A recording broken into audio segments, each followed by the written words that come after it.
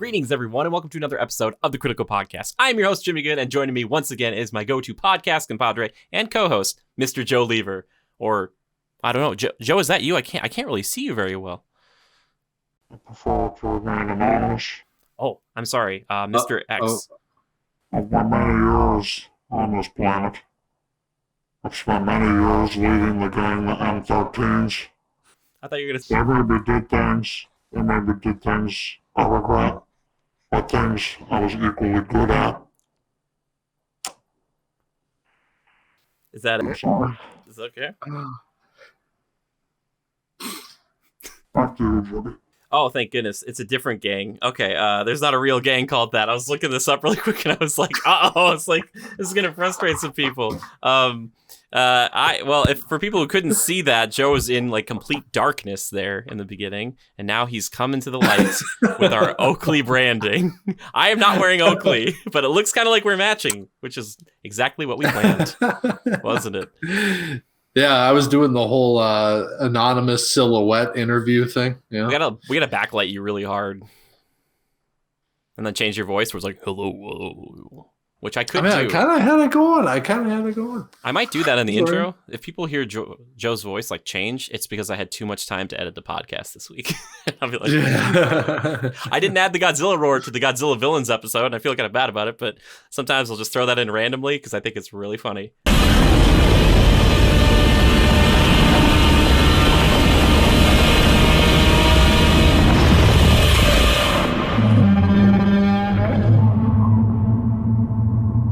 Did I throw it in right there?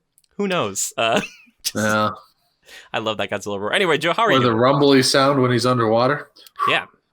Yes. Thank you. Perfect. Good. This is the type of witty banter people tune in to listen to. They love it so much. But this week, we're going to do something. Now, we're not going to do another game like we did last week. I might save that a little bit, because if we do games every week, we totally could. There's actually a show, Joe, that I watch. Shameless plug. They've been on the show before. They're called Unlocking the Magic. And they do this thing. They play Would You Rather pretty often. And their viewers send in like 20 or 30 Would You Rather questions. And they're Disney focused, like Walt Disney World focused. And it's just kind of fun to listen to that. And I don't know why. It's always entertaining. Like I could listen to them talk about Would You Rathers for like hours and hours, because I have. But anyway, instead of doing a game this week like that, and they also do other stuff too. I don't want to belittle them. They're a great show. But we are going to talk about something that is near and dear to my heart, and that is a sweet, sweet one-on-one fight in a movie or a television show. Now, these are fictional. Let's keep it to that, too. And we're going to talk about some of our favorites here today in no specific order, because I don't want to say this is the greatest one-on-one fight ever, because the context of a superhero fight versus like a historically somewhat accurate fight or maybe embellished fight, those are going to be two very different things, right? But they're just ones that kind of, jump to mind right away. But anyway, Joe, one-on-one fights. How do you feel about good old make or TV show fights? How do I feel about them? Yeah. I feel they can make or break a movie. Oh, make a breaker. Make a breaker. Make a breaker. Mm-hmm. They can make or break a film, TV show, episode, whatever. Mm-hmm. You like to say it a lot, Jimmy. Shaky cam, clippy. Why do they keep going from here to there and everywhere? They don't show off the fight at all. You just know they're hitting each other, or at least you're led to believe they're hitting each other. You just don't see it happening very well. Yeah. So a lot of appreciation and legitimacy comes from a well choreographed fight that looks believable. Mm-hmm. The sound editing for a fight to make it sound like they're actually in a scuffle, and none of that fake. Have you ever heard a real punch? Yeah, it's like slapping meat. Yeah, it's not like Walker, Texas Ranger here. Walker, Texas Ranger. I bet there's some sweet one-on-one fights in Walker that we are not ready for, like a roundhouse kick or something.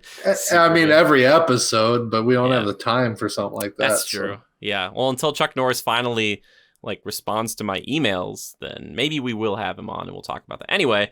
So one-on-one fights, and we're talking, like I said, this is one individual against another. Can be human, doesn't have to be human, could be a creature of some sort, could even be something like, the T-Rex versus that Ford Explorer. And we all know how that turned out, don't we? Classic Rexy. Top of a tree. Takes another W. The real question is, where did that gorge come from? Maybe the fence broke and there was a gorge off to the left. It's crazy, right? I never put that together either. I think they were trying to insinuate like that's how deep the pit was for the T-Rex. Is that possible? Like, no. It walks out. I There's got to be something. I want to talk to Spielberg about it. I'll talk about this later, but I watched a documentary about him, and I just that's one of the questions. I just be like, I love your work. I just have a really quick question. Geographically, in Jurassic Park, he'll be like, I don't want to talk about it. I'll be like, no. I just need to know. There's just one little thing. I just got to know this one thing. He'll be like, did you know it wasn't fence? on the? No. Yeah, it wasn't like it was on the opposite side of the road, right? I don't think so. It pushes it against the barricade wall where the fence up and over it too.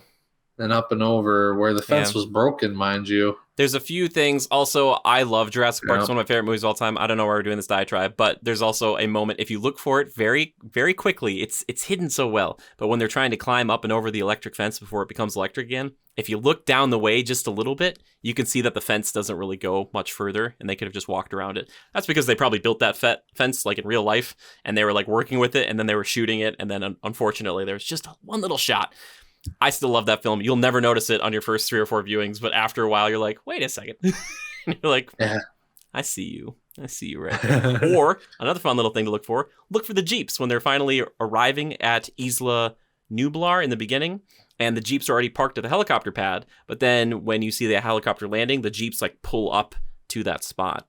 It's a fun little detail. Just little. Oh, that's bullcrap. I feel so robbed. I love it. It's such a good movie. Anyway, so one-on-one fights. Joe, let's start with you. Give me a one-on-one fight you just feel so good about, or one that you just think about sometimes, like when you're doing a podcast. I think there are a lot of, cliche greats. I shouldn't say cliche. I mean, but they're meant to be great and outstanding, right? I think of fights like Superman versus Zod and Man of Steel. Mm-hmm. That's a great one. Great ending. I like it too. I know so many people don't, but I'm like, what was he gonna do? Like, dude, stop it. I know. Stop lasering that family. Exactly. Yeah. No, snap the neck, be done with it. That moment of him punching him through the cornfield repeatedly. Ooh, I do like that. Is that the corn? Isn't that against the other Kryptonians? Or is that Zod? Oh, is that him when he hits? Because he's like, stay away from my mom. Yeah. You think you can something to my mother, threaten my mother? And he just keeps wham, wham, wham. And different fight, but it's good. Yeah, anywho, it might be a different fight. Anywho, there were some good ones there. I mean, I say cliche because it's like, Superman fighting one person. It's just great in general. So I'm just trying to get them out of the way a little bit. Batman vs. Superman, ridiculed movie, but I don't think it's all that bad. And Batman and Superman fighting, I was like, how the hell are they going to pull this one off? Well, obviously there's kryptonite. Okay, but I mean, Batman doesn't win, right? There's no way. Every time. I enjoyed it. So I enjoyed it. Yeah. Any others? Or those the Superman? Which one's your favorite Superman fight then? Is it Zod or Batman? Because it can't be Steppenwolf because that's over in like a second. Oh yeah, no kidding. Maybe in Justice League it'll be way worse. He'll be in like a black suit and you'll just fight him for 5 minutes and just pulp him. They're like, he never went back. He never went back. I honestly think in the Zack Snyder cut, I think they actually make Steppenwolf more powerful and menacing. Like he's actually something to be reckoned with, and he's tougher. Yeah, should be. So I don't think it's as easy as a fight as they show off at the end of the normal theatrical Justice League. Anywho, rabbit hole. Trying to think of some other greats one-on-one, because that's tough. One-on-one. I remember the one-on-one factor. There's probably some people out there like, hey, how about the Rocky movies? Adrian. Dude, there's a lot of people out there. So you're saying Sylvester Stallone's watching this right now, and he's like, what about those movies? It's like, yeah, we know. They're out there. The boxing. Anywho, yeah, I mean, there's some like that, but I mean, of the ones I really like, I'm trying to think of any that have goosebumped me in the past. How about Wonder Woman in that what do you call that scene? What's that scene? Wonder Woman with the shield and the minigun. You talking about the No Man's Land scene? No Man's Land scene. Her against that minigun. Wow. Is that a one-on-one? I guess kind of. That's a one-on-one. I'll count it. I teared up. You don't like her fighting Ares? And or that other general guy who gets super No. Strength? Her in No Man's Land when she's like out there tanking those bullets. Dope. That's probably one of my favorite film scenes ever in recent history. It's very good. Loved it. Maybe we should do a top like 5 inspirational scenes. That'd be a good episode. Wonder Woman's up there. Could be that's that whole sequence there of her going through that town and then that and just great. Do you have any like honorable mentions? Oh, we're starting with honorable mentions. That's kind of what mine were right there. Kind of honorable mentions. I'll hit my top. I would be remiss not to bring up one of the fights in Kung Pao Enter the Fist. I really like. I don't know, Joe. Have you seen this movie in a long time? It's the spoof on like an old film. Anyway, all you got to know is that there's one fight where they edit a guy in who's playing on a boombox. I like big butts and I cannot lie. And these two guys are beating each other up. And there's a moment that goes to freeze frame because the villain has these like metal claw things and he's about to hit like the good guy in the face and it freezes. And the older like sensei guy is like, he's like, okay, I have 2 options.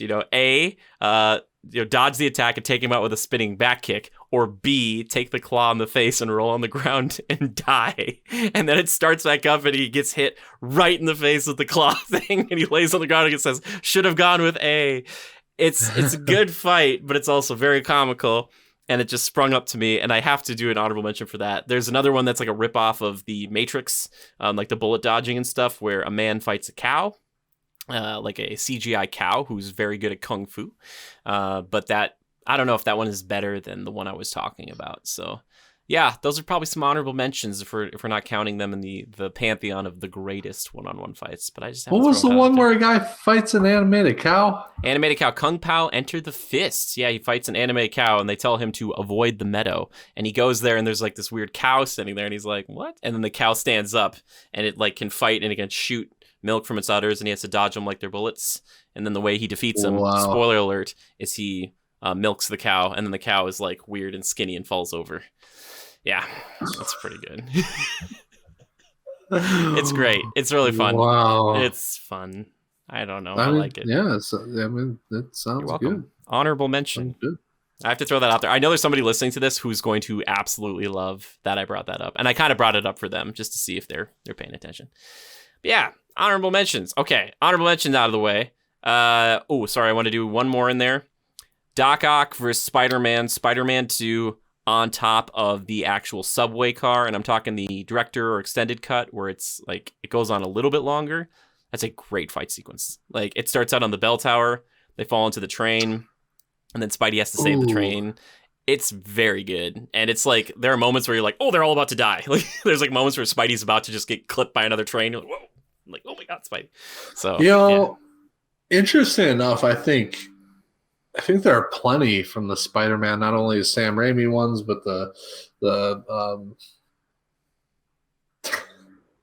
I can't name them by the director, but the ones the with Mark Webb ones or the newer Garfield ones with Garfield in them, those newer ones, then even the Tom Holland ones, the most recent one with Mysterio, that was kind of cool. That was trippy. Trippy. It's still a one-on-one technically. Dude, you're right. It's a good. I have to watch it. So, I'd like to. Yeah, I think with Spider-Man, you get a lot of good ones. Goblin? Really? Oh. Yeah, Goblin. Even Venom, even though we hated how Venom was done in that one. He's still scary. Like, I wish they would have done more with it, because it is really freaky in that fight. It's quick, but you can't even sense him. He's like, where is he? Exactly. They did a really good job with him, but he wasn't Venom to us as much. I feel like, I should say this in Spider-Man 3, one of my favorite moments I think about this a lot, but like when he's in the black suit and he's fighting Sandman in the underground like trains and stuff, and he's like holding Sandman's face against one of the subway trains. He's like ripping his face off, and it's like his teeth are coming off. Like that fight is brutal. Like it's great. Yeah, true. Like it's very good. I like it. I like it a lot. Yeah. Yeah. So good. I like the Raimi Spider-Man movies.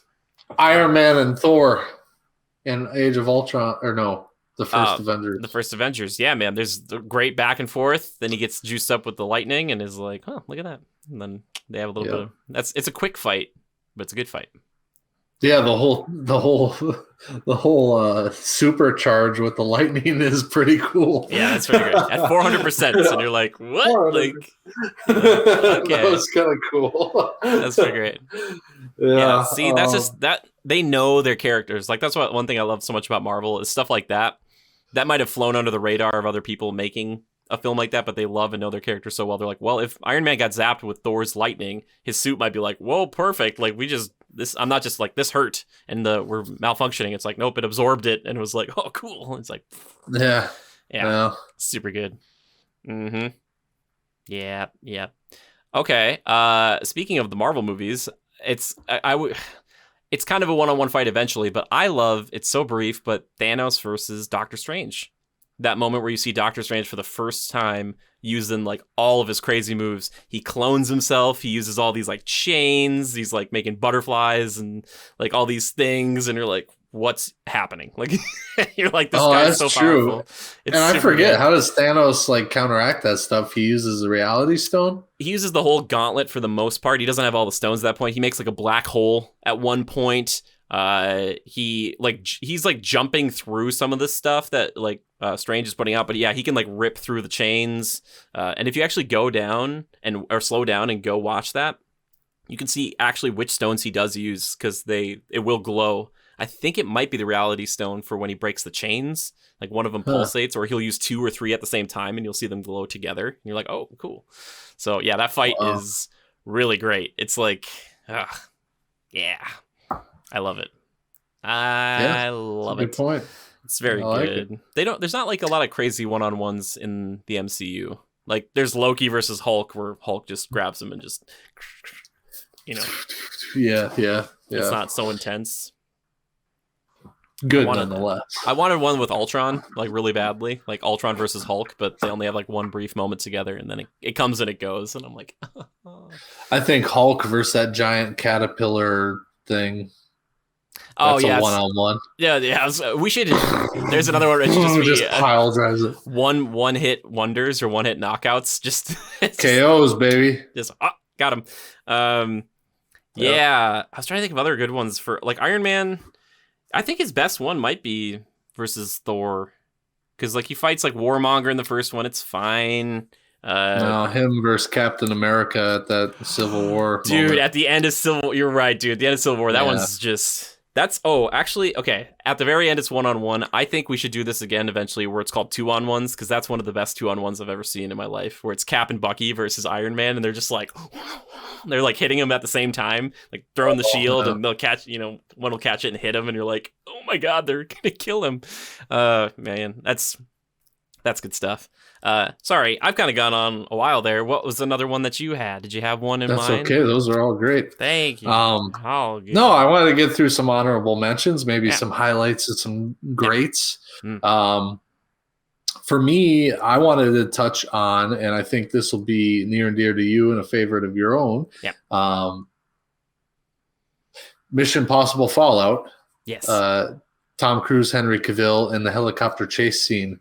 Yeah. Towards the end when he has the detonator and stuff. That is cool. I mean, some people are like, but Joe, there's a pilot in the other helicopter. I mean, yeah, but, come on, whatever. Well, they fight at the end on the cliff, and that's, like, terrifying. That too. That too, yeah. I think what really hits there is that it's filmed really well. Yeah. And secondly, it is real. Yeah. I'm sorry, I'm fiddling with my wallet. I'm a fiddler. Yeah, I just love the fact that and you knew it going into the movie because of like their marketing and such. Excuse me. So I think I appreciate it even more. I'm like, wow, they really did that. And I think it's like film at its highest potential. Sure. they didn't rely on any CG BS. They did that stuff, minus the helicopter crash, I guess. Yeah, that's like the one, and like the hook. Yeah, and the hook through the head, I guess. But, dramatic tension. Did you see I don't know if we talked about this a while ago, but I saw a while back that they actually did a screening of that movie out on that cliff. Like they had like a portable screen and they had a bunch of people meet up and go watch Mission Impossible on that cliffside, basically. I was like, that's so cool. Tom Cruise was like, I wish I could be there. I was like, that's nuts. I was like, yeah, I think out of all the Mission Impossible movies, that might be one of the better one-on-one, just like hand-to-hand combat fights. They don't do a ton of that usually. It's pretty quick. Yeah. I know you and I had talked beforehand, but I really wish I could say the bathroom fight scene, him, Cavill, and dude, that other we'll save that guy. We'll say that for the 2-on-1. We'll research it a little bit more because the Captain America Civil War stuff. You guys are getting a sneak preview to that eventual show because there's a lot of good 2-on-1 fights. Raptors versus T-Rex. That's all I'm trying to say. Oh, yeah. You know what I'm saying to me? Anyway, yeah. 3-on-1. King Ghidorah and Godzilla. 3-on-1. That's a 3. That's true. I was gonna say Thanos versus the big 3 from the Marvel, like the beginning of that fight. Cap, Iron Man, and Thor walking out there. They're like, we're gonna take this dude. Good stuff. Good stuff. Anyway, where were we going with this one? One that I feel like we are kind of, it's a little bit of a rabbit hole, and everybody's got their favorites, and so it really, I think, depends on when you grew up a bit.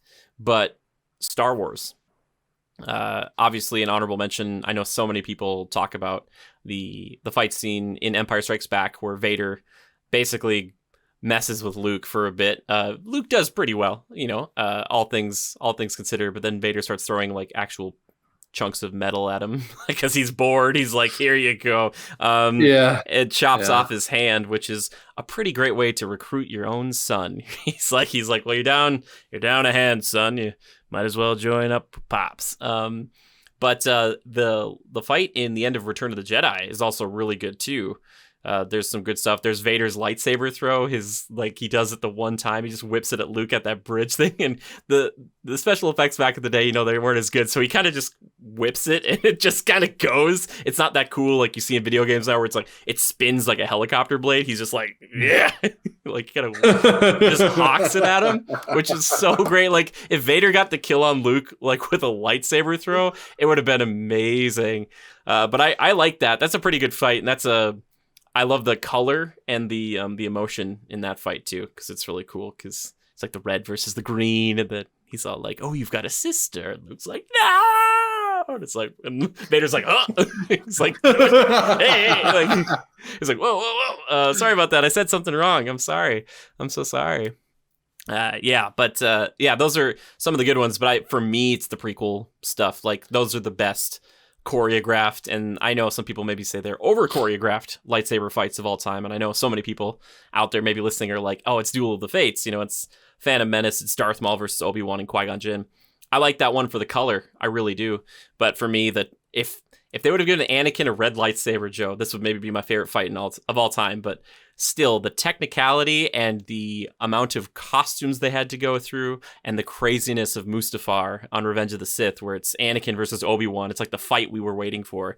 And man, that fight gets just nuts. Like it is just a lot of just Obi on the back foot being defensive and Anakin just going like, I'm going to kill this guy.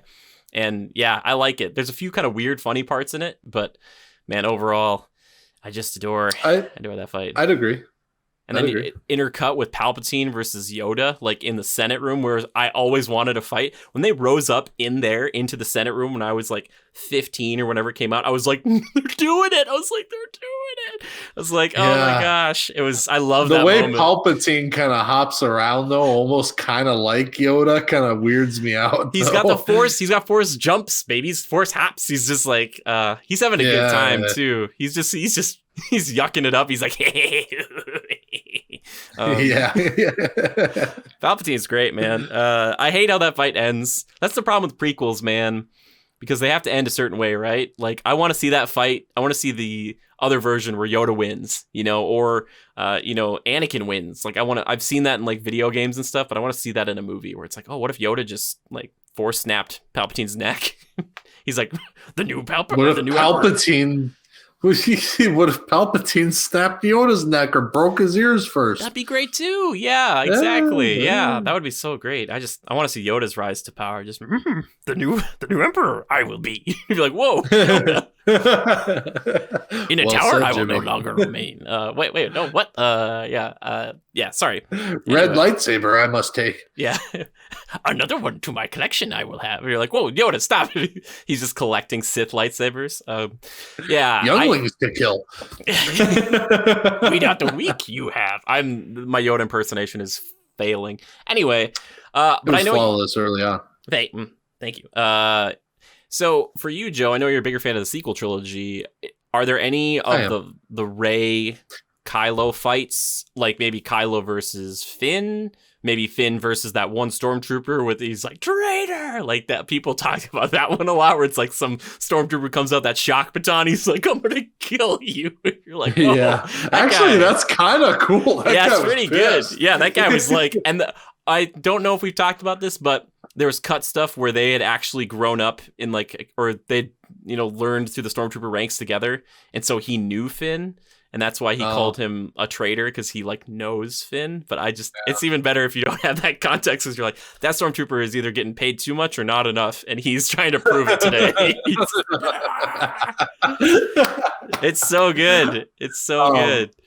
I mean, those are good moments for sure. I gotta admit, I don't.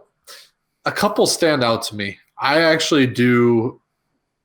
There's actually a few. I get that they're maybe not as acrobatical and stylish as some of those. What would you call them? The 1 through 3, like the prequel trilogy. Yeah, the prequels with Anakin, and Maul and stuff, and Obi. But ones that stand out to me are for sure.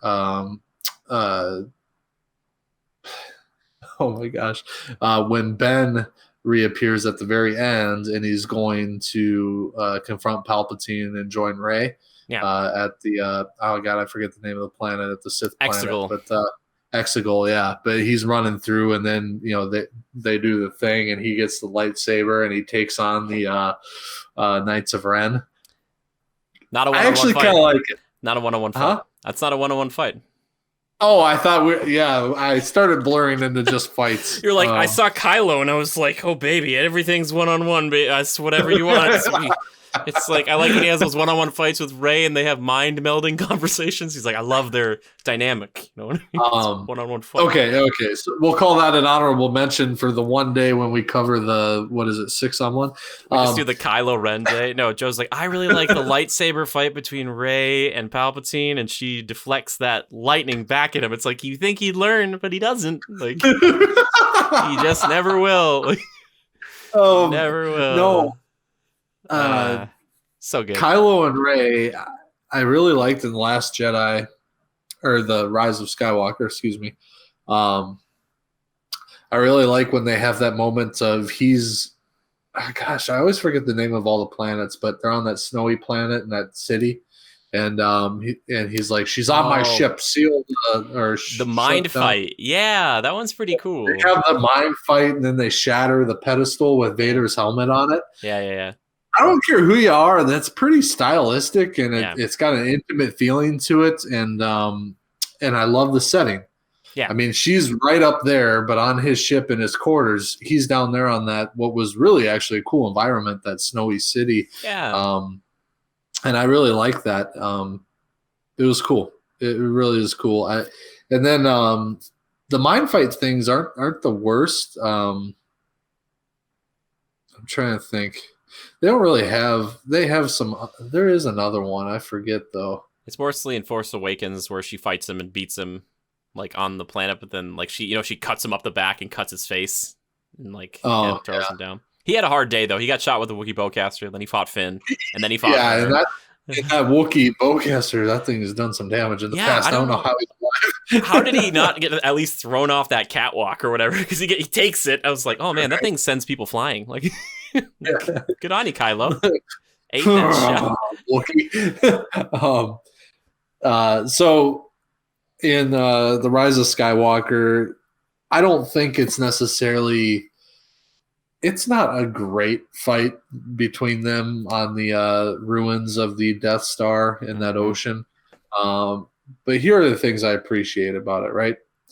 The resilient nature of it, them fighting through the water and and just the onslaught of waves and rain, and the darkness and then the moments of transition between those ravaging waves and her like jumping over the section and him just kind of walking through with determination.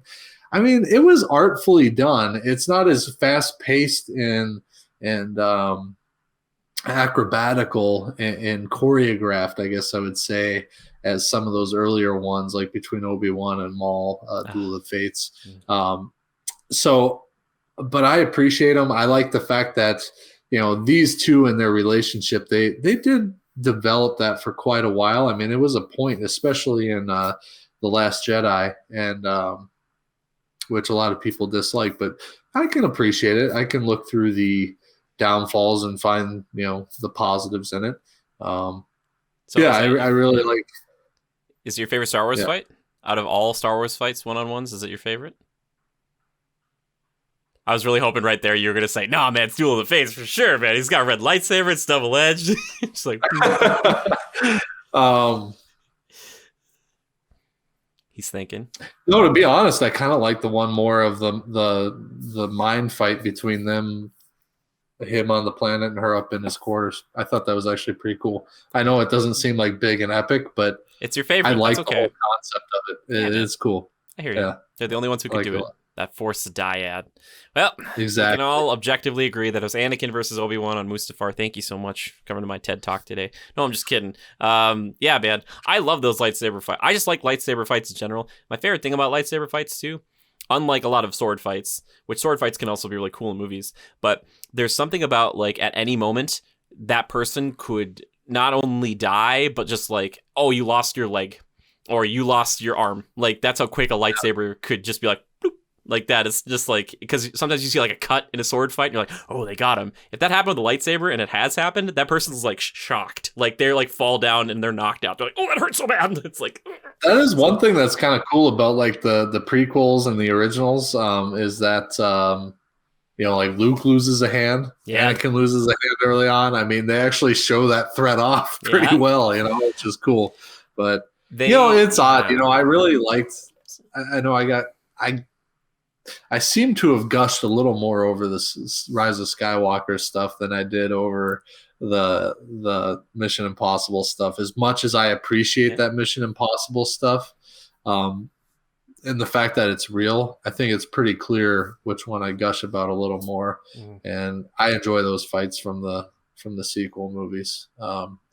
And Jimmy, obviously, you talked about the prequel, so I'll leave those to you. We got it covered. We got it covered. We're comprehensive, baby. So anybody watching this can be happy and also angry. That's the best part. Like, they can be frustrated. They can be like, why didn't they talk about Obi-Wan versus Darth Vader back in the first Star Wars, New Hope? And it's just like, it's two old men, and they're like, somebody did like a great deep fake of like what that would be today, and there's a lot of like Vader throwing Obi and smashing into like the metal, and like Obi kind of getting shocked but then getting out of it and then kind of doing the same to Vader. And I was like, at the time, did George Lucas like know the storyline leading up to that point? Like Vader was Anakin once upon a time, but this is how he was brought up, and Obi-Wan's relationship to him. I think they had to have known something because yeah, but I don't think it was fully fleshed out. Also, that was mid 70s, and it came out in 77. So the fact that and if you go back and watch it, it's pretty fun. Like, I don't know if they've digitally taken this out of the newer versions of it, but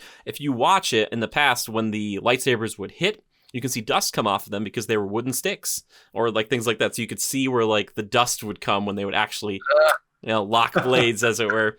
But you can see like And that's where it started, right? And then when you get more and more money and budget and stuff, you can really go crazy with that and what people want to see. But I know some people don't really like the over-the-top stuff of the prequel trilogy. That's fine. I just do. I think it's really cool. It's fun to watch. And I like to think of Jedi at the height of their power being like, if anybody fought them who doesn't have a lightsaber, they would last no more than a few seconds. Like, you're like, oh, God, they did a backflip over me and they cut me in half. Like, you're like, good. You know, one of the things I look back to, too, that make some of the fights interesting, we're so used to lightsabers in general, right? Yeah. Vroom, vroom, vroom. It's all kind of the similar sounds and the smoothness of the through the air. Mm-hmm. That's cool. And they did a great job with it for 6 films, right? I think one thing that they did nicely with the sequel trilogy and when they brought Kylo Ren in, I really like the way they brought his lightsaber into the films, and it was different. Yeah. The typical, what do they call that style? The style of sword. Yeah. Oh, like more like a broadsword type of thing? Exactly. The fact that they bring that style in as a lightsaber and show that there can be such a variety. Granted, some of the ones in Palpatine's is, like a weird little curve thing, right? And then Dooku's is, and yeah, so they do have variants, and then they kind of differ, and granted always the color, but his having that old broadsword style and the 2 little hilt pieces, I'm getting all my terminology screwed up, but you get the point. The fact that it's chaotic, the fact that it's chaotic and kind of crackly, that was something that was very fresh, and I think brought back it just brought back interest. It was fresh. It was interesting. It was like, wow. I enjoyed it. I like that crackly style of it and that chaoticness. I just I think it's appealing, and I think it was a good move by them to do that, and it really kind of freshened it up, I think. Not that it really needed it, but it was just a little step in a different direction that I think grabbed a lot of people. Sure. Probably a very popular sale in Disney World. Probably. The only thing I wanted was like a 3-minute thing beforehand where he's like putting it together and he's like, I finally crafted my new lightsaber. He turns it on. He's like, it's still pulsing. And he's just like swinging it around. He's like, I can't make it hum. And they're like, excuse me, Mr. Ren. I mean, Kyle, I'm sorry. And he's like, get out of here. He just whips it out. Like, or just back in the training days with Luke. And it's like, even before that, like before the red lightsaber, like he's going to use the blue lightsaber, but he's like, I'm gonna try to make my own, and he can't get it, and Luke's like, it's okay, you'll learn in time, and he just like years later like, I can't do this, like he just takes off. You're like, oh, Kylo, and they're like, oh, it represents your personality, and he's like yeah, whatever. I'm gonna go listen to some Paramore in my room. Don't look in my eyes. So then he puts the mask on. He's like, they can't look now. And you're like, good job, Kylo. I like it. No, I like Paramore. Kylo and I have that in common. What I wanted to say, though, talking about swords, Joe, something that you may or may not be familiar with, I don't remember because I did this podcast by myself. But I talked about The Mask of Zorro. I don't remember if you've seen that movie or not with Antonio Banderas, Anthony Hopkins, Catherine Zeta-Jones. There are some great one-on-one sword fights in that movie. And my favorite one is at the very end where Alejandro, he confronts Captain Love, and he is Zorro, if I'm not mistaken at this point, and he finally gets his revenge on this guy. But man, oh man, and this guy who plays Captain Love played the Reverse Flash, I believe, in the CW shows. So you're probably familiar with the actor. Anyway, guy's a total creep, and it's such a great sword fight. And man, that's the closest I've seen a sword fight to feeling like a lightsaber fight, because every moment does feel like one of them's about to die. You're like, just like that old-fashioned, just swashbuckling, like, oh man, it's just so good. It's like, to make something a great fight, you got to have that like real threat. You got to perceive, like the perception has to be they could die at any second, dude. And long takes. And like wide shots, or at least mid shots, like the action, like you see this, these guys are doing this. If it's not them, it's the stunt doubles or whomever is like the sword fighters, because they're like kicking it. Oh man, especially early on, you see Anthony Hopkins is like a younger Zorro. He carves a Z into I think it's a Z. Yes, into Don Raphael's neck. So you're like, you get the sense that like these people could kill you super quick with this just piece of steel, because he's like, and you're like, whoa. He's like, yeah, I put that Z in your neck. He's like, you know, Zorro, you know, has marked you in a way, and it's like, oh my gosh. But yeah, it's a really cool fight, and they like they fight in like this old kind of like destroyed. Well, I shouldn't say it's destroyed. It's about to be destroyed mine, where they're forcing all these people to steal gold from this kind of other person, and they're going to sell this gold back to this guy, kind of as a big scheme. But man, it's such a great fight. If you want to watch some really good old-fashioned sword fighting, and I'm sure there are other movies like it, but just The Mask of Zorro is super duper good. Like the sword fighting in it. Also, there's a moment where Anthony Hopkins decides to fight Antonio Banderas with a spoon. Just for a brief moment, he's like, "Pick your weapon," and you know Antonio Banderas grabs his sword. He's like, and then Anthony Hopkins comes up with like a spoon. He's like, boop. And he's just, they're gonna talk, but it's just very funny because you're like, "What's he? What?" Like, you're like, "What are you doing?" Yeah, that movie's great. I just want more people to watch that and to watch that sword fight, because it is the sword fights in that movie. There's a great 2-on-1 sword fight. I'm not talking about here today, but yeah. Lots of great moments in sword fights in that movie. But that 1-on-1 at the end, it's emotional. And there's a lot of like revenge and justice built into it. And it's just, ooh. And how it ends, you're like, oh, it's just that, it's so satisfying. It's like, yeah, baby. Anyway, Jody, you got another one for me. You out? Is that all of them? That's fine. I've got one more. Hit me with it, pal. Okay. Have you ever seen the movie Troy? Oh, yes. One of the greatest fights in movie history. Paris versus Achilles. He shoots him with the bow. No, that's horrible. I'm talking about my boy Hector, Eric Bana. So good. Fighting Brad Pitt as Achilles. If you want to watch tension, if you want to see and feel what that's like, watch that fight scene. You don't even have to watch the whole movie. I recommend you do. But the music cuts, it's mostly percussion. There's some really great like behind the scenes talks where they were like telling each other, like, if you hit me, like actually in real life, like you were going to owe me. And they had like a number of strikes against each other. Like, oh yeah, Brad hit me 15 times or Eric hit me like 18 times or something. But that fight is so great because before the fight even starts, you know how it's going to go. Unfortunately, you get this sense, this dread, and the setup is so good because for those who don't know about the Iliad in Troy, basically what happens is the Greeks and everybody, they're gonna invade Troy because Helen, this wife of, I believe it's Agamemnon. I could be wrong about this, but she leaves and she falls in love with Paris, and Paris is from Troy, and she basically goes back home with Paris, and she's like, I'm done with that. So what they've always wanted a reason to invade Troy, the Greeks. So the Greeks, the Myrmidons, who Achilles is in charge of, they're all grouping up together, and Achilles is not really into this fight. But Achilles is overpowered. This guy can destroy anybody. They show in the very beginning of this movie, he drops this huge dude in one move. He like runs his sword through the guy's like his sternum basically down, and it's like one hit and he's dead. So Achilles is like not interested in this fight, but Achilles' cousin comes along and dresses up as Achilles. And on the battlefield, Hector kills him thinking, oh boy, I got Achilles, the greatest warrior they have. And then you find out, oh wait, it's his cousin. And it's like, oh no. So it's like, and right there, everybody, like the battlefield, like all the enemies are all like, okay, we're done fighting for the day. And Hector's like, oh my goodness. Like, he's like, it could be worse. You know, I have to fight Achilles 1-on-1 at some point, but now it couldn't be because I've killed his cousin and now he's like for sure gunning for me. Achilles shows up at the gates of Troy alone, and he's like, Hector. He's yelling his name, yelling it again and again, Hector, Hector. And Hector's like saying goodbye to his family. he's like, hey, bye, I'm not coming back. And like he goes out there with this armor, and they start off with it's a shield and a spear fight, and you're like, whoa, this is intense. And they're both kind of getting hits on each other, and Hector's doing pretty well. And you're like, okay, Hector, maybe there's hope here. Achilles is kind of a jerk.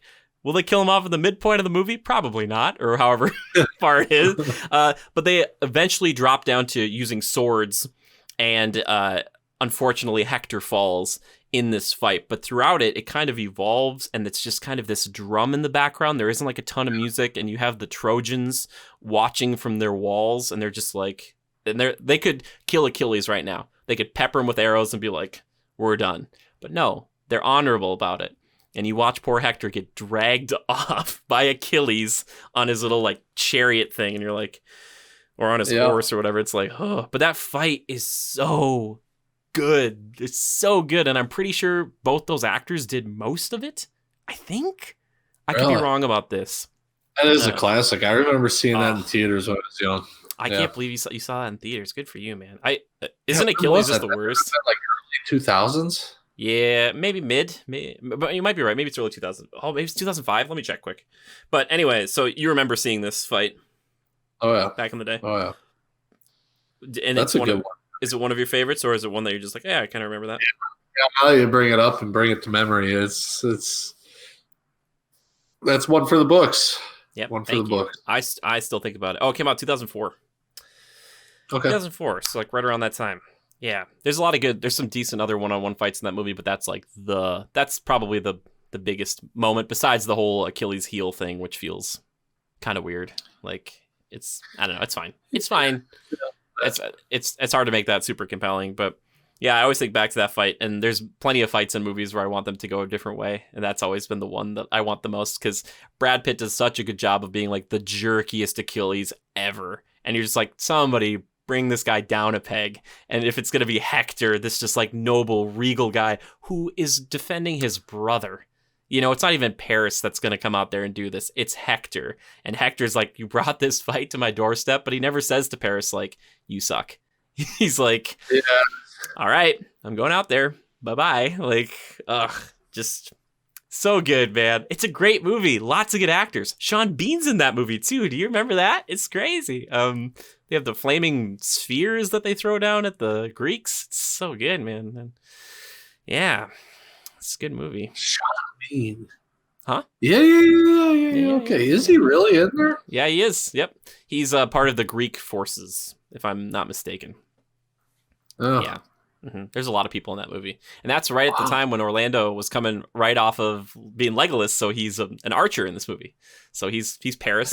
You know, gets a little more play in this one. He gets to be kind of like sniveling and afraid of actual fights. Wait, it's not Agamemnon. It's Agamemnon's brother who was married to Helen, or Helen was his wife. And then Agamemnon always wanted a reason to invade Troy, and he's like, "Oh, my brother's angry." He's like, "Well, we got to go defend that guy's honor." And it's like, yeah, good movie. Anyway, that's one I just had to bring up because I just really enjoy it. I was trying to think of and there's one more. There's one more I do want to talk about. Actually, two more that are animated. Joe, are you sure you don't have any others? This will be quick. No, you go ahead. I honestly I don't. You might cover some that I couldn't dust the cobwebs off of. We're gonna go, and I'm sure I'm forgetting plenty that people are like, why is he not talking about this? But Joe and I talked about this before the show. The best Pokemon fight one-on-one that I've ever seen, or that really sticks with me, is Charizard versus Magmar Part 2. Like the rematch on top of the volcano. It's a gigantic, well, not gigantic, but it's a dragon versus like a little flaming duck. And you know, on paper that might not sound that cool, but it actually is. Charizard gets a moment where he actually holds on to like physical fire, like chucks it away. They're both just like going at it, and then Charizard eventually gets the grab, and Seismic tosses the poor Magmar straight down into the lava, which, as I told Joe beforehand on the show, I always thought he chucked him into one of the stone pillars jutting out of the volcano. He doesn't. He just throws him in the lava. Magmar jumps out and falls over. Yeah, just I not like that. I meant just slammed, like crushed it, like not like impaled him, just impaled. Kid show. But yeah, I always remember that fight being so cool. Like Pikachu versus Raichu is also really good. Or there's a later where Charizard fights Articuno. That's pretty good too. But there's something about Charizard versus Magmar that is just so dang cool. Like, I love it so much. There's some other good Pokemon one-on-one fights. Also Pikachu versus Arcanine. It's in the Indigo Plateau, or the Indigo League. Has a few moments. I just like seeing Arcanine get repped a little bit in a Pokemon fight. Anyway, last one I do want to talk about here. It's a one-on-one fight, and it gets a little bit crazy. Well, no, I'll say this fight. Kung Fu Panda is a series that when I first heard about it, I thought this is the stupidest thing I've ever heard of. Kung Fu Panda? What could this possibly be? Little did I know it'd be one of my favorite animated trilogies of all time. And there's a fight where Tai Lung, who's a snow leopard, goes back and fights Shifu, who's like this little, I don't know if he's supposed to be a red panda or something, but they have this amazing, really cool fight. That's, hand to hand, but they also are throwing weapons at each other, and like their ability to like catch a weapon, like Shifu's weapon, he catches a weapon and he like spins it around him, and it's like an axe or a spear, and you can see Shifu's like reflection in it as he throws it back around. And Tai Lung, the snow leopard, gets like fire on his hands, like blue fire, and it's like this really intense, cool fight. And everybody should go watch Kung Fu Panda. That's what I'm trying to say here.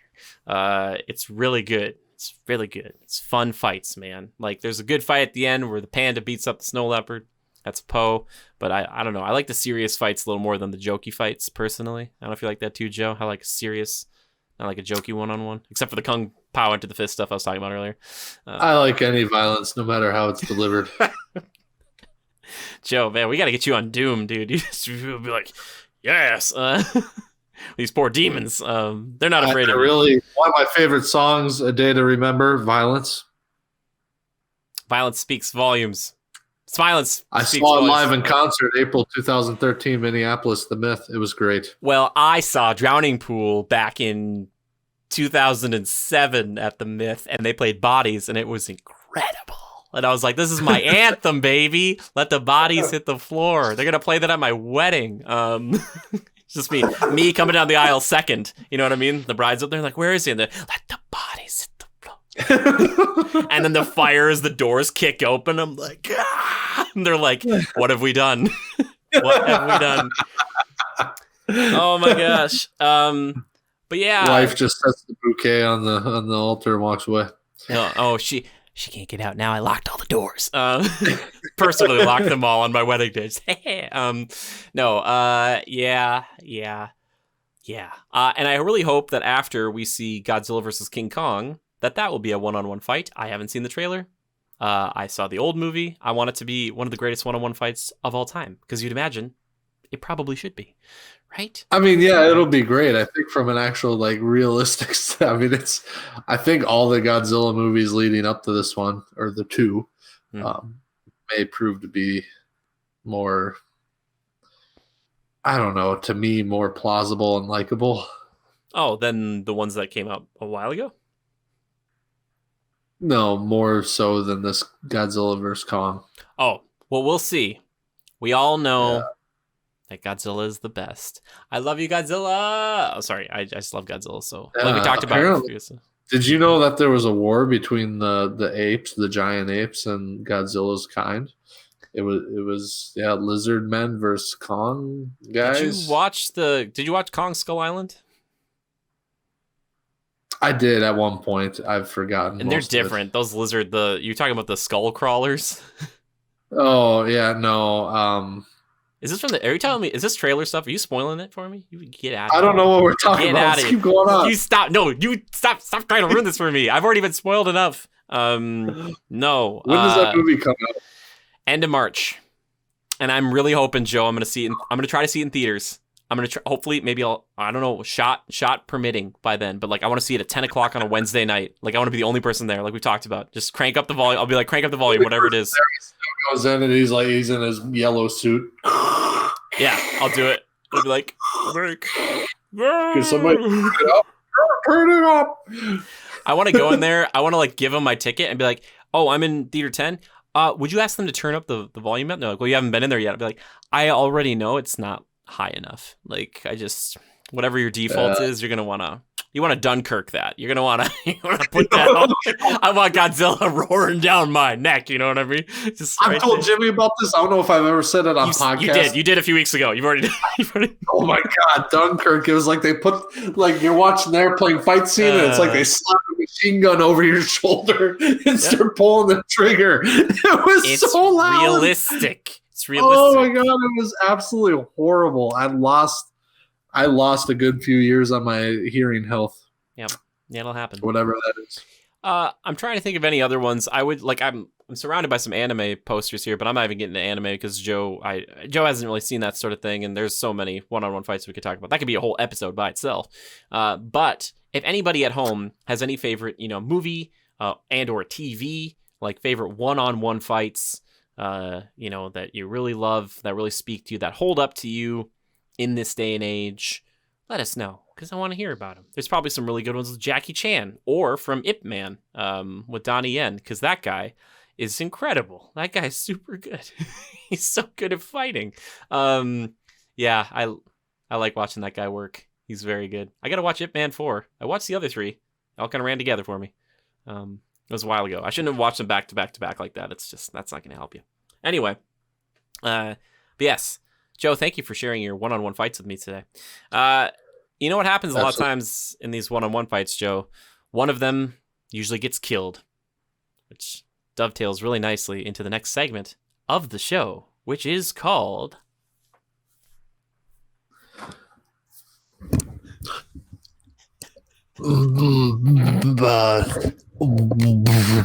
Time Killers? That's right. It's time for Time Killers. That's right. It's the games we've been playing, the movies and TV shows we've been viewing. I always love that you grab the mic, bring it really close, and you get louder than when you're normally speaking. It's just like, it just jumps up. It has to be done. It wouldn't be a podcast without it. You're right. You're right. I gotta send you the other mic. Anyway, Joe, what have you been killing time with, buddy? I've been killing time with not a whole heck of a lot. Yep. Not a whole heck of a lot. I think my main thing has been I started Letter Kenny recently. My buddy Drew and his one-liners got me interested. I was like, this sounds funny. I'm gonna check it out. Why don't you take it down a good, 25 to 20% over there, Squirrely Dan. Anywho, that's a big Texas size 10-4. Yeah, I don't know. That show is so like it's weird. Like it weirds you out at first, but then you're like it's got a good humorous tone to it. It's fun. So yeah, that's what else? I've been watching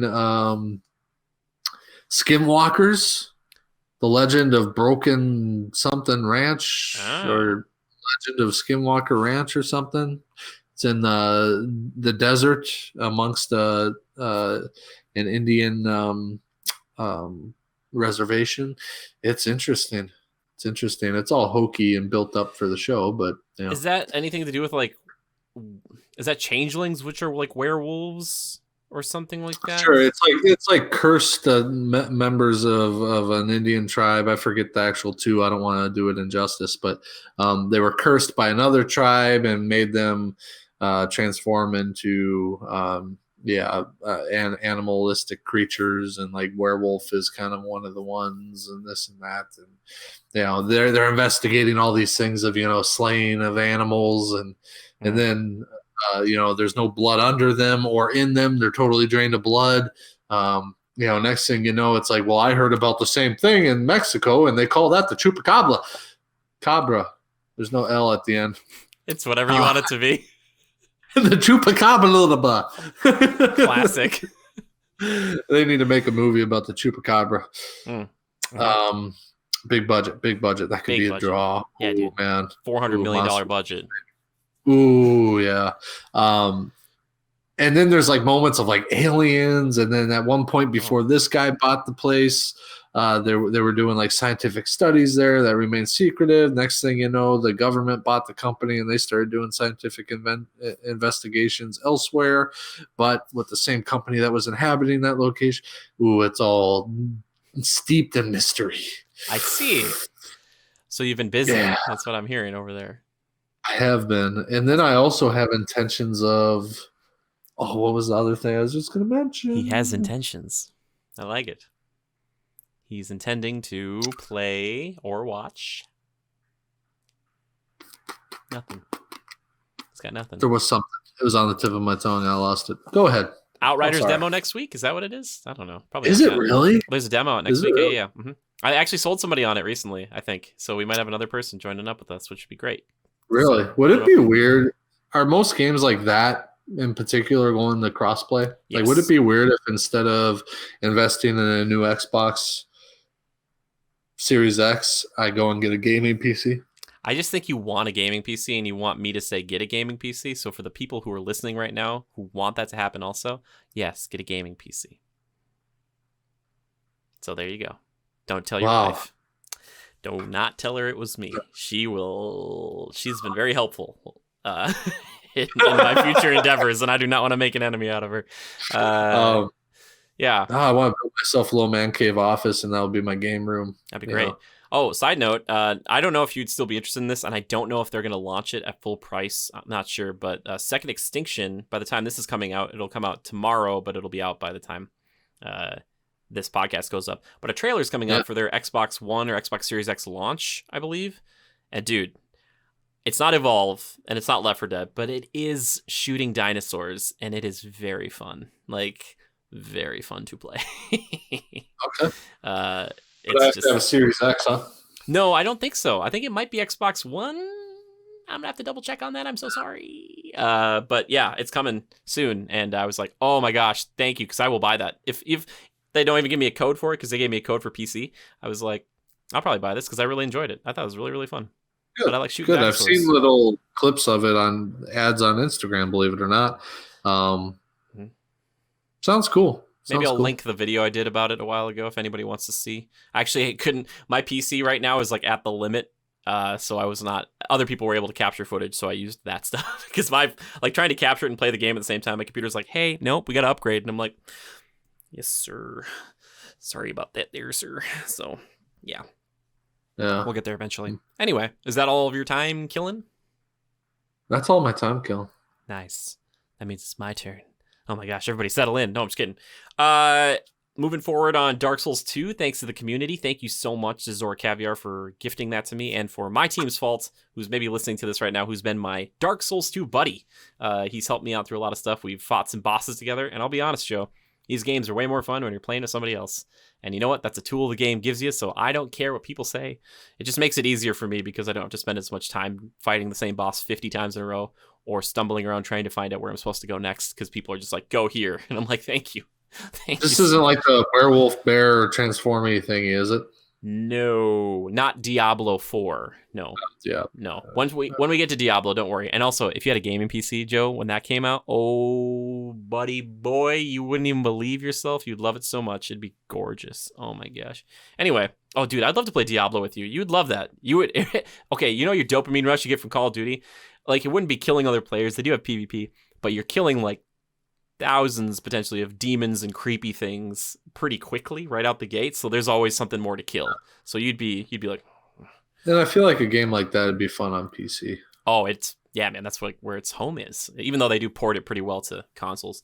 Anyway, so I've been playing through that. Downloaded a Souls inspired game, which is very anime, and I made my girl Kai from Valkyria Chronicles 4, who's a sniper. I made her in this game, but it's called Code Vein. Very proud of it. Yeah, it's fine. It's much easier. You get a companion and you get to use spells and stuff. But besides that, like I said, I've finished Valkyria Chronicles 4. I did, under the recommendation of the Legionnaires, even though I thought there was going to be more stuff about Hook in this, there wasn't. But I watched a 2.5-hour documentary on HBO Max. I watched it over 2 sittings about Steven Spielberg. It was really fascinating, and a lot of it came from himself. But the thing that fascinated me the most was kind of hearing about his process and how open he was about his family life affecting his movies. And when you look at his movies through that, vein or that lens, you can really get a sense of like why he made the movies he did and the way he made his movies. And it's really cool. It's really interesting. And they got a ton of interviews from people like I was not expecting. Like they interviewed Tom Cruise, George Lucas, a lot of these Martin Scorsese, because like him and Spielberg and Francis Ford Coppola and like all these big name directors were like in this group of just like directors buddies, which I'd kind of heard of in the past, but it's so fascinating to hear about like Steven Spielberg watching the first cut of Star Wars by George Lucas and like him saying that like out of that whole group, Spielberg was the one who was the most excited about it. Like, and the other ones were like, what is this movie? What is George? What are you making? Like, this is kind of what the heck? And it's just like, wow, like a legendary group of filmmakers who were just, they're buds a long time ago. And it's cool. But yeah, if you're interested in any of that kind of sort of thing, I highly recommend it. If you guys have any other film, like documentary type things like that you think I should watch, let me know. I watched this one, and I watched the one about Robin Williams. That was a really cool one too. And I was hoping to get some of that to bleed over into here for Hook, but they didn't talk about Hook a lot. And they had Dustin Hoffman for one little interview, and I was like, oh, there he is. I was like, I want to hear about this, but they didn't. They didn't stick with that one too long. But yeah, I talked about Jurassic Park, obviously, Jaws, even the failure that was this movie called 1941, I think. He made like a comedy with Jim Belushi, I think, maybe.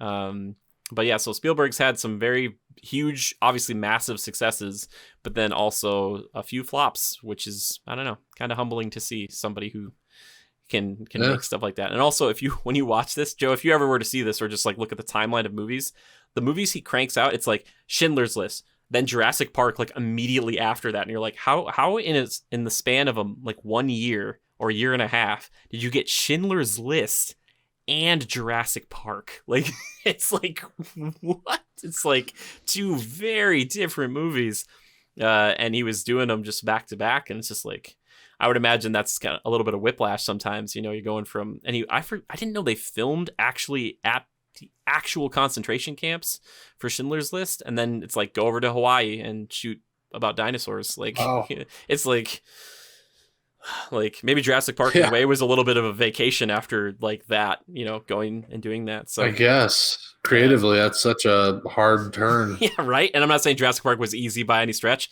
but I'm sure at some respect, it wasn't as emotionally draining as it made it seem in this documentary for Schindler's List, which I would imagine, regardless of who you are, that would be a hard place to go shoot a movie. Like, it was like shooting in a cemetery. It's like, he's like, we did it for months. And it's like, oh my gosh. Like, it's like, no, thank you. But yeah, so it was cool. I thought it was really interesting. And also just being captivated by his work, especially like Jaws back in the day. One of the things, I'll just give you one more little tidbit before I move on here. He said, you know, the shark wasn't working. We had a lot of issues with that. And he's like, I loved it when we came up with the idea of the barrels. He's like, because every time you see a barrel on scene, those yellow barrels that they shoot into Jaws, he's like, then you don't have to see the shark because you can just show the barrel. And he's like, it made it so much easier on me because it was less shark stuff. And he's like, it's a movie about a shark and you don't see the shark that much in the movie. And I was like, he makes a great point. I was like, but it's all about the suspense. And that was the very first blockbuster. That was like the very first cinematic blockbuster of our time. And it was this guy who was like, I'm going to make this movie about a shark. It's like, something that you can kind of only do once. Yeah, and the thing is, though, I thought that, but then he made Land Jaws with Jurassic Park. You know what I mean? Like, he comes, he's like, what if we did it, but it was terrestrial? Sure. It's like, oh. Sure.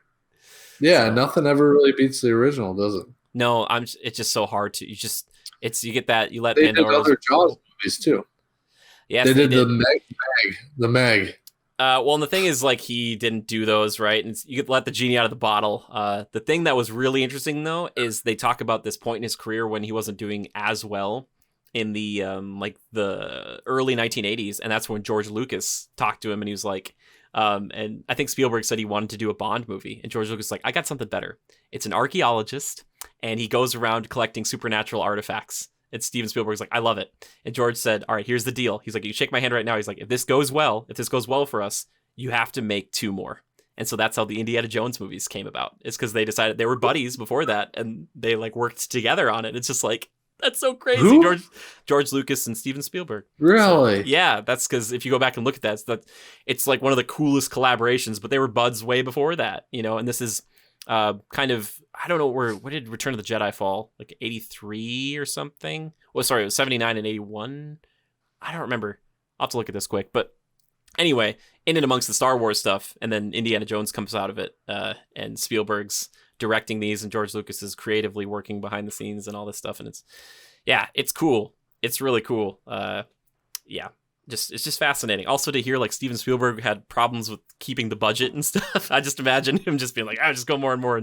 And he promised people that like he wouldn't go over budget eventually. And I think George Lucas had to convince people that he was going to be a good director for Indiana Jones, because at that time he used to go over budget a lot and he wasn't as preeminent. I don't know, or prominent as he is today. It's like, wow, crazy. That's just nuts. Anyway, watch it. It's called Spielberg, and it's on HBO Max if you have it. And again, it's 2.5 hours, so you might want to jump through it a little bit, but I recommend watching the whole thing. It's really cool. Sorry, did I say that? I don't know. It's really interesting. I hope I can meet Spielberg one day. That guy just keeps making movies. He just keeps going at it. Yes, so that's Time Killers, Joe. And now we get to move into my personal favorite segment of the show, which is community feedback. And questions. That's right. Joe, I need to look this up right now because it's going to bother me.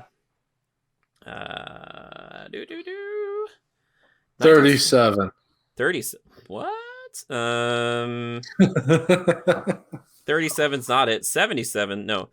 Okay. Return of the Jedi was 83. Okay.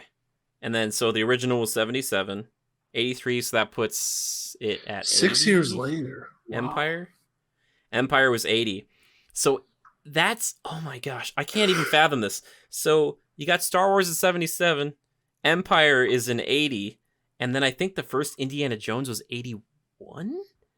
I might be wrong on this again. I just need to check. And not that one. Yes, 81. Harrison Ford, like the height of his power. He's like, I'm Han Solo and Indiana Jones. That's crazy to me. Like, see, that sort of thing, like, boggles my mind, because I get that people can work on multiple projects within, like, the course of a few years. But in my head, I'm like, why would you work on anything else besides Star Wars right now? And it's like, well, we're working on Indiana Jones, like, right after Empire, or that's going to come out, and then we're going to do Return of the Jedi. It's like, what? It's like, oh, man. I'm sorry. Just thinking of Harrison Ford, just living the dream, right? He's probably like, I don't want to talk about Star Wars, which is fine, Harrison. You don't have to. That's okay. Joe, we got a question in from our Instagram, which you guys should go follow us over there. It's @GoCriticalReviews. This one's from Haley. She says, oops, missed this one. What's for dinner? What's for dinner, Joe? Haley wants to know. What's for dinner? I'm not kidding. Eggs and hash browns. Eggs and hash browns? I had a chicken, like a cheese and cracker crusted chicken with some beef barley stew. Wow. And, a green naked juice. The green machine. Jeez, old Pete. But did you go to a freaking Four Seasons and sit down restaurant somewhere? Yes, I did. No, I've been doing a little. This is a shameless plug. Joe, you've been to Texas Roadhouse, haven't you? Indubitably. The rolls and more so the butter for me, man, oh man. Also, they do, okay, so their butter's like a cinnamon butter, right? But also, they do the greatest sauteed mushrooms I've ever had anywhere else. I don't know what they do over there. They must lace them with something, because I keep going back. Like, it's all about the buttery grease, and then it's fresh mushrooms. It's not even that, but it's like there's some sort of seasoning they put on there too. There's like not a bite to it, but it is, dang if it's not good. I don't know, man. I don't know. It's really good. Yeah. Anyway, this one comes in from Moist Dark Wolf. Okay, I don't know what that is. He asks, what's the secret to happiness in life, Joe? That is a question that I am not qualified to answer. He said he wants to hear it directly from you. How do I know it's a him? Or friends? Or buddies? Acquaintances. Acquaintances. That's right. Oh, he has to hear it directly from me? From you. Yeah, he said from you. And he said he wouldn't take no for an answer. What was the question? What's the secret? What's the question? I wasn't listening. I guess. How dare you? Yeah, funnier. This is how my English teacher must have felt. Oh my gosh, yeah. Hey, Mr. Lever, there in the back. How do you feel about pronouns? No. No. Thank you. B. The answer is B. The answer's always B. Secret to happiness in life, Joe. What's your secret? People want to know. Bro, dude, there are too many things. It's not any one thing. It's just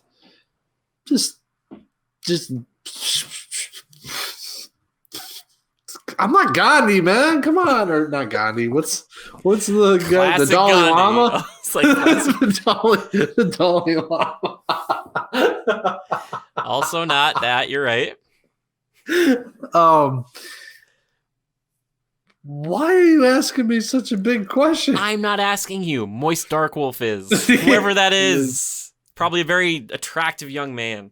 I don't know why I'm saying these. It's me, everybody. It's me. Good friends, family, and just living up life, man. Enjoying every minute of it. Is this a country song? That's not the secret to happiness. It's like good friends, good life, good millions, good wife. I'm sitting on my porch tonight. Strong whiskey and good beer. I love how just the retention rates just plummeted in the negatives. And money is the key to happiness in life, for sure. The more you have, the happier you are. Obviously, all the kids listening to this are like, "But Joe said, yeah. no, just whatever." So that's your answer. I could do a lot of happy things with money, though. Okay. This is supposed to be like some sort of a nice emotional button on the show, and you're like, well, if I had more money, I could do some fun stuff. I did. I hit it. Good friends, family, and how do you get good friends in good family? What if somebody listening doesn't have good friends and or good family? By listening to the Critical Reviews podcast. Catch us every Friday on Sunday. Yeah, sure.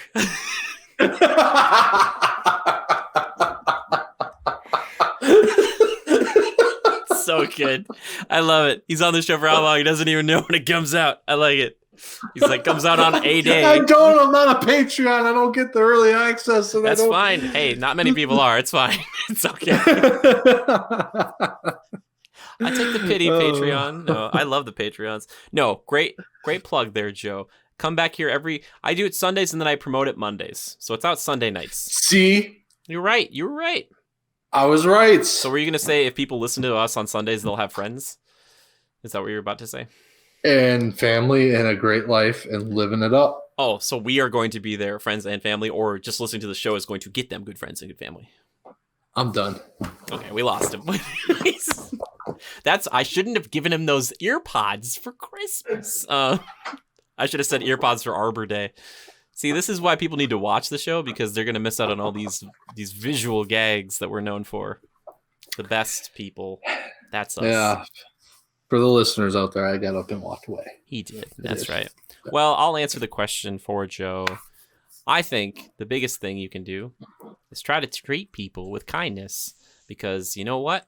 You get back what you put out. That's what I'm saying. You know, you put it out. You put out there, put the sweetness out there. Maybe none back to you. You know, that's what I'm trying to say. Okay. Sometimes it doesn't happen, though. Well put. Sometimes it doesn't happen. Then you got to take the old high road. And here's the trick about the high road. Air's thin up there, all right? It's thin, but you get to look down on everybody. Just kidding. I like it. Yeah, thank you. And don't forget about money. Don't forget about money. The more money you have, the happier you are. Look at Elon Musk, the happiest man ever. He just flaunts and runs down the street just throwing money up in the air. It's like, wow. He's like, this means nothing to me. No, I don't know. I just think it's about kind of pursuing your passions and treating people nice. You know, that's the big thing. And also being appreciative of the stuff you have, because especially where we live, we're super lucky. We live in a pretty good place, and we have a lot of things that I'm sure I take for granted very often. And I know there's a lot of people, unfortunately, in the States right now who are suffering at the time of this. Texas is having these huge power outages and snow and ice and all that. And I know we've got at least one Legionnaire down there, so I'm so sorry. I wish there was more I could do. Just appreciating the stuff you have, just like a nice warm bed and running water, you know, good food, okay food even, you know.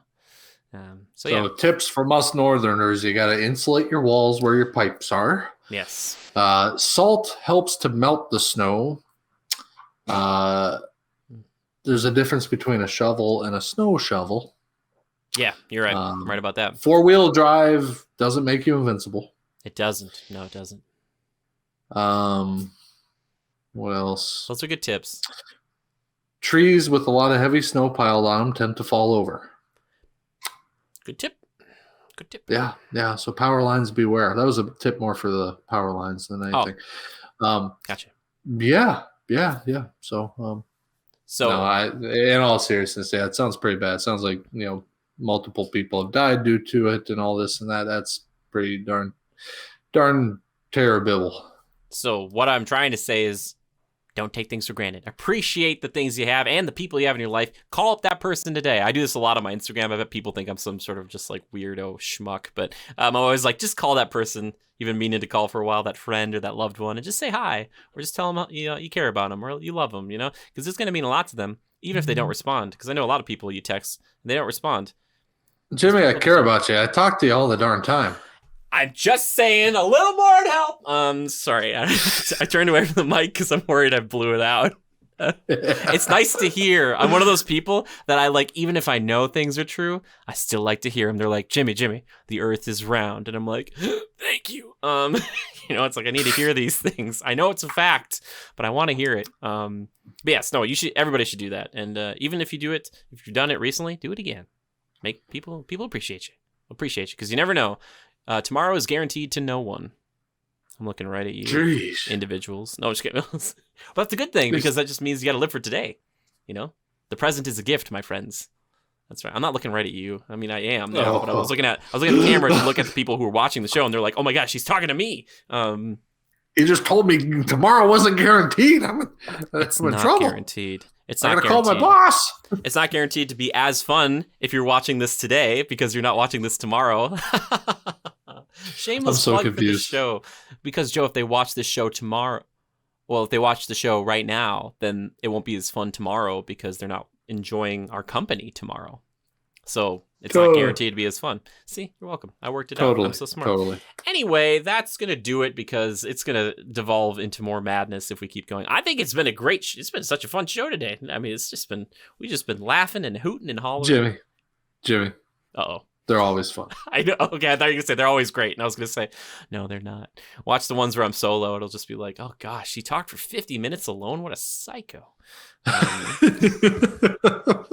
There is, side note, I don't know if I said this on the show. A while ago, I heard a radio contest where they're like, call in, and if you could speak for 30 seconds nonstop, we'll give you a prize. And I was like, I should have called in, because I would have been like, all right, so here's the deal with Pokemon.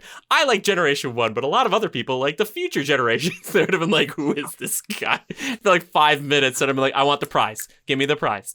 Talk for 30 seconds straight uninterrupted. Yeah, and I think for some people who aren't in the business of talking like we are, it would be a lot harder, especially if they're like, all right, you're on the air, talk about anything. You'd be like, oh.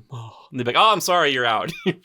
I'd be like, my problem is I would ramble. I would repeat myself like 3 times, 10 seconds like, excuse me, Joe, is this Joe? Please stop. And you're like, no. I'm on the air, and that's what I'm staring. I really liked it. It was dark, ominous, and gringy. Dude, classic gringy, dude. Not gritty, gringy. I love it, dude. I've changed it. I like it. I think gringy flows off the tongue a little better than gritty. We should make a shirt that says that. I want to make like a bunch of shirts that say our little things that only you and I buy. And other people will read them and be like, where did you get that? I'd be like, it's like a super popular podcast. I mean, whatever. It's fine. Gritty, crossed out. Gringy. Gringy. Yeah. Like, oh, that's the second wave of shirts we made with the cross out and the gringy. People be like, there's what? They'd be like, what? What does this mean? And you'd be like, I guess you don't know. And then you just like strut away. Sucks to suck. Ignorance is bliss, but not for you, bro. That's how I walk. Did you guys not know that about me? None of these people have seen me walk. I've vlogged, but they've never seen my legs and my hips. It's a lot of that. It's very good. You walk kind of like Conan O'Brien when he does his little puppet string thing. Snip.